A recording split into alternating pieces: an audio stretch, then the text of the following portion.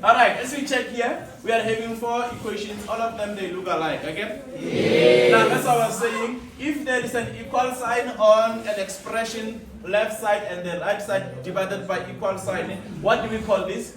Equation. Now, we are no longer having an expression, we refer to it as an equation. Now, the next thing when you have an equation or you identify it as an equation, you check. What are you checking? You check if they are variables. How many variables are here? 1 variable, very good. Which is what? X, very good. So which means if we are to solve this equation, we are going to solve for what variable?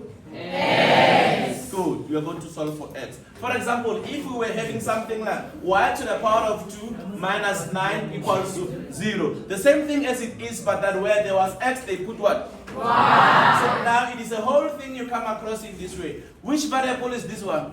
Y. And what are you going to solve for? Y. So you see, we solve for y because the variable is y. We solve for x because the variable is x. Very good. Now the next thing, if we are having x multiplied by y minus y squared is equals to 0, and then simply they can say x y minus y squared is equals to 0. How many variables are here? 2. Which is what? X and y. So if we are to solve in this case, we cannot solve any of the two at the same time in our standard circuit line. Are we clear? Yes. So it's either the examiner or the questioner will say if x is equal to minus 1, for example, right? Yes. If x is equal to minus 1, solve for y. That's what they will say. So please don't be confused when you come across this type. But when it's like this one, we know here we only solve for x. So in such manner, you now start solving for x. I don't know which way you will understand it better, but now let's start. I used to tell people last year, okay, now if we are having the whole thing, one side is an expression, and on the other side, the expression is only 0. It's what? 0. Then we can start to solve. We can start to do what? Solve. And when we solve in this manner, we check. We are having the highest degree, which is x to the power of 2. And then the other term, which is what? Minus 9. Now when we check, or what you must understand in this manner or in this category, we must say, I used to tell people, when you see x to the power of 2, it tells you must open how many brackets? 2 brackets. And in each bracket at first, you must put what? X. You must put x. So you are done with this one. You are done with what? X to the power of 2. What is remaining there if you are done with x to the power of 2? Minus 9. Now let's see in this way, we are having a minus 9. A minus 9 in other category, it is the number that we should factorize. Yes. Are we clear? Yes. And when you check, you must check a 9. Let's check if it's a perfect square number first, or we can just factorize it normally like any other number. Is a 9 a perfect square? We ignore the sign. We ignore the sign first. No? Yes. When I say a perfect square, it's a number in which that there's another number that you multiply by itself, it gives you this one.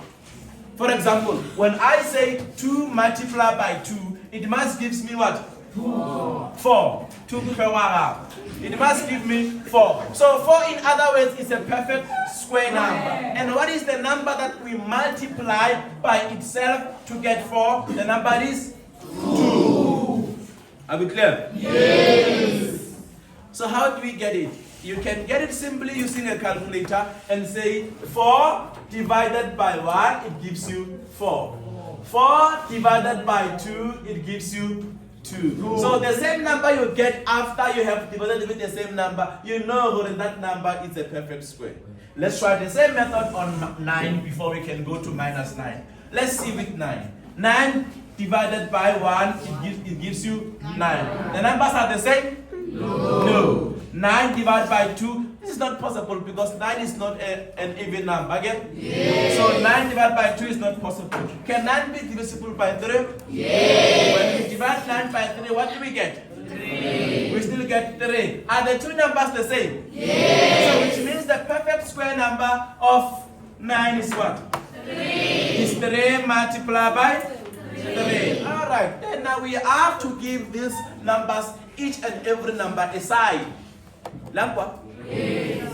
If a number is just 3, in our category here, it is not a 3. It's a what? It's a plus 3.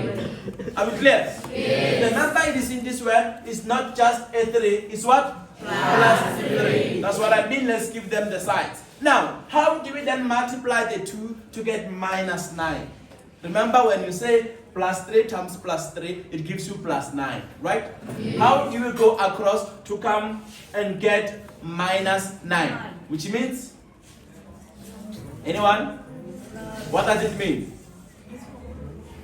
It means one of the 3, it has to be what? Yes. Negative. So in other words, you're going to have negative 3 multiplied by plus 3. Do you see the signs? Yes. Okay. Now if you can know how to play with the sign, then you are good to go. Now, do we have any other term here or any other things that we didn't touch? No. If no, then for now, then the number is a perfect square. And then if it's a perfect square, the number is in a negative. If you cannot understand it, creme.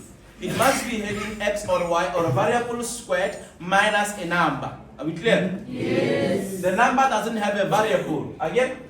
So in this manner, we were having something like x squared minus 9 equals to 0. Okay? Then what do we do from here? We are having minus 3 multiplied by plus 3. What I used to tell people is that now we remove multiplication. When we remove multiplication, what do we remain with? What do we remain with? Negative 3 plus 3. Now, how many brackets do we have here? 2. Now, out of the 2 brackets, you put any of your choice between the 2. So, if here you put minus 3, then here you should put what? Plus 3. Then the whole thing was equal to what? 0. Then you are done. You have factorized. You have what? Factorized. The question was saying solve. Again? Yes. Now we continue. You will take one bracket, you equate it to 0, is equals to 0, or the second bracket, which is plus 3, equals to 0. So you see now we're going to have equations. How many equations? 2 equations. Equation part 1 or equation part 2. Are we clear on that one? Yes. And then we are looking for x, not x minus 3. Which means x, it must be on one side of equation side, and the other side, there must be the number. Are we clear? Yes. How do we go around this one? We go back to mathematical principle of additive and multiplicative inverse. Now, we are having x minus 3. The additive inverse of minus 3 is what? Plus 3. It's plus 3. Very good. Then it's equal to 0 plus 3. Or, you remember I have done this on the first part. Ne? I'm going to do the same thing on the second part, which is x plus 3 minus 3 equals to 0 minus 3. In the same manner. Can you see that? Yes. Alright. Then, which means, if I simplify this, minus 3 plus 3, it gives me what? 0, right? 0. And then I will have x is equal to 0 plus 3 is just 3 or plus 3. Or, this one gives me 0, x is equal to 0 minus 3 is what? 3. Minus 3. Now you have solved what? X.